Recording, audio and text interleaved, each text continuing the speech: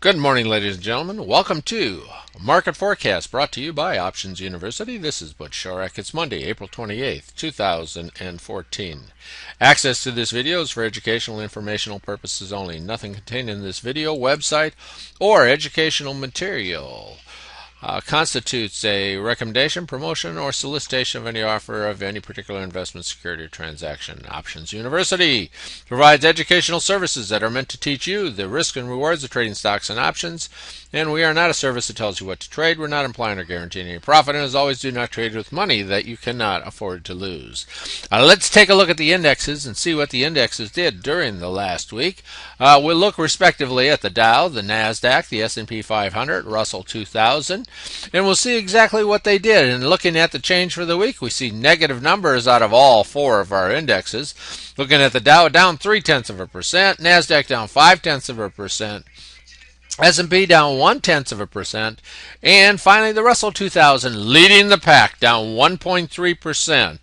As we look at year-to-date totals, looking at the Dow, down 1.3% for the year, NASDAQ down 2.4% for the year, S&P still sitting in positive numbers at 0.8% up for the year of 2014. And finally, the leader to the downside has been the Russell, which is down about 3.5%. Interesting, if we look at the big losers for the year, of course, those are the ones that have had the biggest gains, and let's take a look exactly what those gains look like. As we look at the Dow and the S&P, first the S&P up 179% since the market bottom in March of 2009. 179% for the S&P, Dow up 153% since that time. If we look at the NASDAQ and we look at the Russell, we'll see much bigger numbers.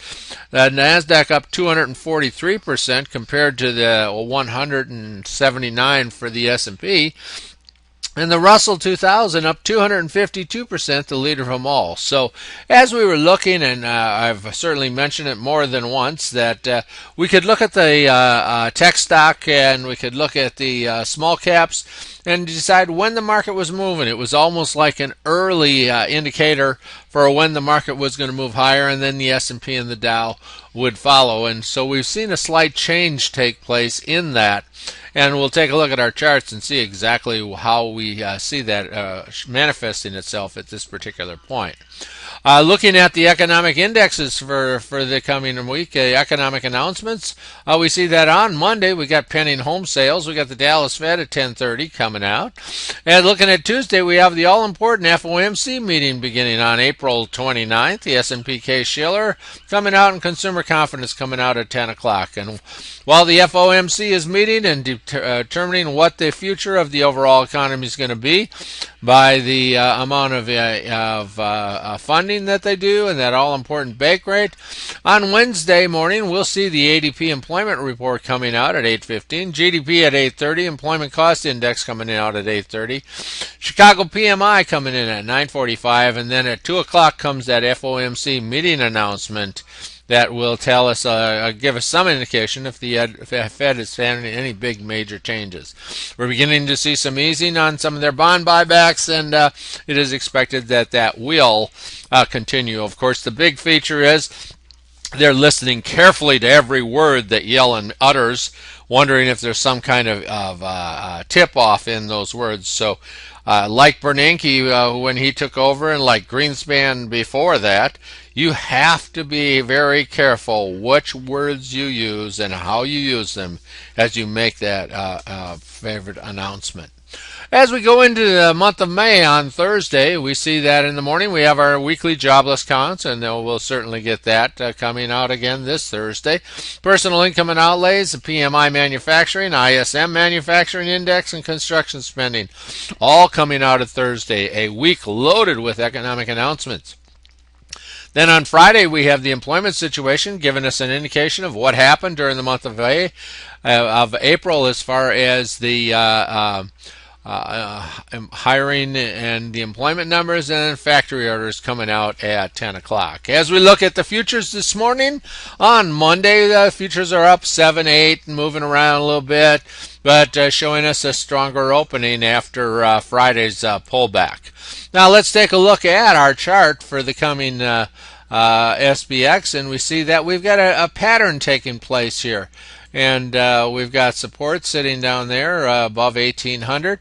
We've got a classic head and shoulders, with that being the head, that being the shoulder on the left side, and the same equal shoulder on the right side, showing us no great fear in the market. But notice we didn't get new highs as we got here at the beginning of April, and so we had a nice gain of about 6, 7, 8, 9 days, and then a big pullback on Friday back to that 50-day moving average. Now we'll see what happens with this head and shoulder formation. Support down here just above 1800 on the SPX. Now remember, SPX, we said, was up approximately around 180% for the market since the low of March 2009. Not the market leader. That's taken place in our tech NASDAQ and our Russell 2000. Let's take a look at the Dow and see what that gives us. But first, before we do that, let's take another look at the SPX, a little closer look for just the week. Looking at the last 5 days, we see that we've got a continuation through Wednesday of that little uptrend. Didn't get a higher high, had an inside day on Wednesday. And then on Thursday, we again broke out to the upside to hit that little resistance level, which gave us the other side of the shoulder. And then Friday, it basically went down and tested that 50-day moving average. All right, so we've got a head and shoulders on the SPX. Let's see what we have on the Dow. Looking at the Dow, we see that we've got a head up there, we've got a shoulder there, very much the same type of formation, with the Dow pulling back to the 30 excuse me, to the 30-day moving average. All right, next let's take a look at the tech stock. First we'll look at NASDAQ, up 243% since the major pullback, and was pulled back a little heavier during this week. Let's look at to see what kind of formation we have on the NASDAQ. So we got our previous high taking place in the middle of March, and then we got a low, and then we got a lower high, and we got a lower low, and a lower high, and a lower low, and we've lost the momentum in the market with a lower high, a lower low, a lower high, and headed for certainly that 200-day moving average, and we'll see whether that 200-day moving average holds for us or whether we get a lower low. We cannot expect the S&P and the Dow to move up independently unless we see some cooperation from the NASDAQ and the Russell 2000. So at this point, we're in somewhat of a sideways movement on the S&P and the Dow, and until we have some big news from the Fed, we'll probably continue with some of these same patterns as we enter into the weakest 6 months of the year, which began April 1st. Remember, we generally have a pullback in May. Don't be surprised by a sideways move in the market as we move into the summer after we get some kind of a pullback here. Looking at the Russell 2000, again, same high took place in March, got a low, got a lower high, got a low, got a lower high, got a low, lower high, low, below that 200-day moving average, lower high, and headed back down. Are we going to get a lower low if things continue as they are until they change? That's our expectation. We should break through this 200-day moving average during this coming week. So with that thought, how much fear is there actually in the market with all this? Well, the ones who are the biggest winners right now are pulling back a little bit of the hardest as far as the moving averages are concerned, but no great fear in the market as we have about a 14 on the VIX, which doesn't show us a whole heck of a lot going on. So with that thought, let's look at some of the other ETFs that we utilize to look at some of the other sectors of the market. First one we're going to take a look at is the 20-year Treasury bond by looking at TLT, our ETF for that. And as we see, a little bit of a flight to safety as we move up and get higher highs out of the bond market. Gold's another area that one can head for flight for safety, and we see as we look at gold, gold is showing us a little or nothing, still a long way away from some of the previous highs. We're probably around a 20% pullback in gold. Not showing us any great fear, and notice we did get a crossover on the 30 and the 50 approximately a week ago. Looking at volume for the week, looking at the spider, which gives an indication of what the volume was in the S&P, we see that as the market was going up, the volume was actually a little below average, and as it pulled back, it was kind of at average. So no big average tip-off as to what's going on with the spider, just going through its normal gyrations.